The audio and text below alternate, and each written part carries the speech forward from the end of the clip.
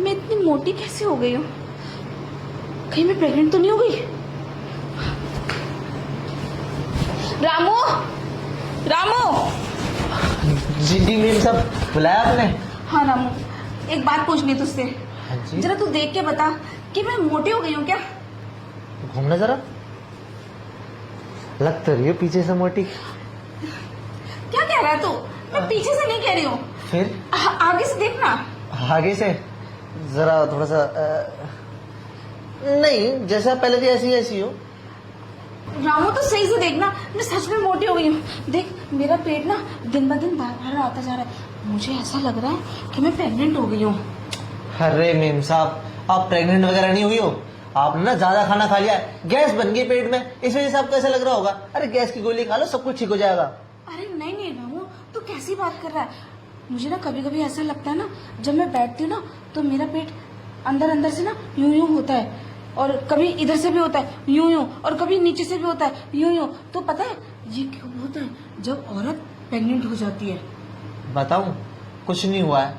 मेरी जो छोटी वो थी ना, क्या नाम है, जो छोटी साली थी, उसके पेट में ना यूं यूं होता था। जब मैंने चेक करा ना, इतने बड़े बड़े कीड़े निकले। आपके पेट में कीड़े निकल गए। चल कीड़े की दवाई खा लो, ठीक हो जाएगा। समझे? प्रेग्नेंट हो गई हो। और कैसी बात कर रहा है तू पागल है? मेरे पेट में भला कीड़े क्यों होंगे? नहीं रामू, तू समझ नहीं है, मैं सच में प्रेग्नेंट हो गई हूँ। मीम साहब, मैं ना नौ करूं, लेकिन इतना बड़ा गवार नहीं हूँ जो मुझे इतना समझ नहीं आएगा। एक बात बताइए, आप प्रेग्नेंट कैसे हो जाएगी जबकि सांप तो आपको छूते भी नहीं है? तुझे कैसे पता कि मेरे पति मुझे छूते नहीं है?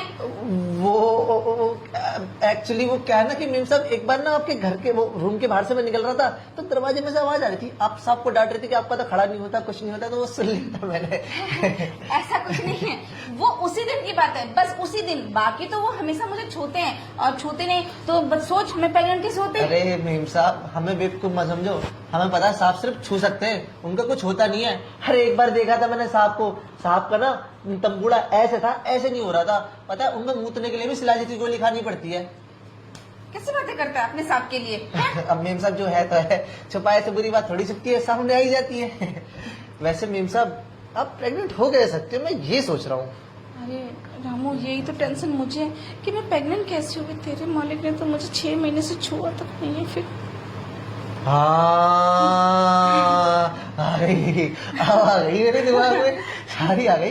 वो पिछले महीने आपके देवर जी आए थे ना, जो बड़े प्यार के साथ बड़ा खेल रही थी। मैं कह रहा था इतना क्यों चिपक रही, तो कहता है वो देवर है। अब समझ आ गया मुझे सारा। अरे नहीं नहीं, वो तो मेरा छोटा बिल्कुल छोटा देवर है, बिल्कुल छोटा। छोटा? अरे छोटे छोटे 4-5 कर देगा वो, इतना बड़ा है, छोटा बता रही हो उसे? हाँ, छोटा छोटा छोटा नहीं है, बहुत बड़ा है वो, और उसका भी बहुत बड़ा है। मतलब मैंने ऐसा लग रहा था, उसने जो पहना था ना तो दिख रहा था, दिख जाता सब कुछ अंदर का। सबके मर्दों के ही दिखता रहता है, किसका सीधा है, किसका लटका है, किसका टेढ़ा है। अरे मेम साहब, देखता तो मैं औरतों का भी हूँ। वो अच्छा। क्या है ना कि कभी कभी मेरे एक्सरे विजन ना अंदर से स्कैन कर लेती चीजों को। तो तू बता फिर, मेरे पेट में क्या चल रहा है इस टाइम? चल तो कुछ नहीं रहा, लेकिन अगर आप चलवाना चाहो तो हम चला जरूर सकते हैं। कैसे? कैसे? वो ऐसे कि जो आप अपने देवर के साथ करना चाह रहे थे, वो किसी ऐसे के साथ कर लो जो थोड़ा सा अच्छा दिखता हो, जिसने आप कपड़े वपड़े भी थोड़े नौकर जैसे पहने हो, मतलब। अच्छा, अब मैं समझी कि तू क्या कर रहा है। तेरी नीयत ना ज्यादा ही फिसल नहीं रही है मेरे पर, है? और मेरा वो देवर है, उसके साथ तो मैं कुछ भी कर सकती हूँ, मेरा हक है उस पे। अच्छा। और तू क्या है? एक नौकर। अपनी औकात मत भूल, समझा? ठीक है मेम साहब, नहीं दे रही ना, कोई बात नहीं। बता दूंगा साहब को कि आपके जाने के बाद ना आपकी बीवी आपके छोटे भाई के साथ धम्मा धैया पैया पैया कर रही थी। अरे रामू, तू तो बिल्कुल भड़क जाता है, मेरा मजाक भी नहीं समझ रहा। मैं मजाक कर रही थी, मजाक। मजाक ना? जब मैं देवर को दे सकती हूँ, तू तो इस घर का नौकर है और मेरी कितनी सेवा करता है। तो हमारा हक ज्यादा बनता है ना। हाँ, तुझे तो मैं मना ही नहीं कर सकती। वैसे तेरा अभी कुछ मन कर रहा है क्या? मन फन तन सब कुछ कर रहा है मेरा इस टाइम। बस आप एक बार हाँ बोल दो। अगर हमने हाँ नहीं बोला तो फिर साहब आने वाले हैं। नहीं, ऐसा तो हो ही नहीं सकता। मैं और तुझे मना कर दूं? कभी नहीं। कितनी सेवा करता है तू, कुछ भी कर सकता है, कुछ भी।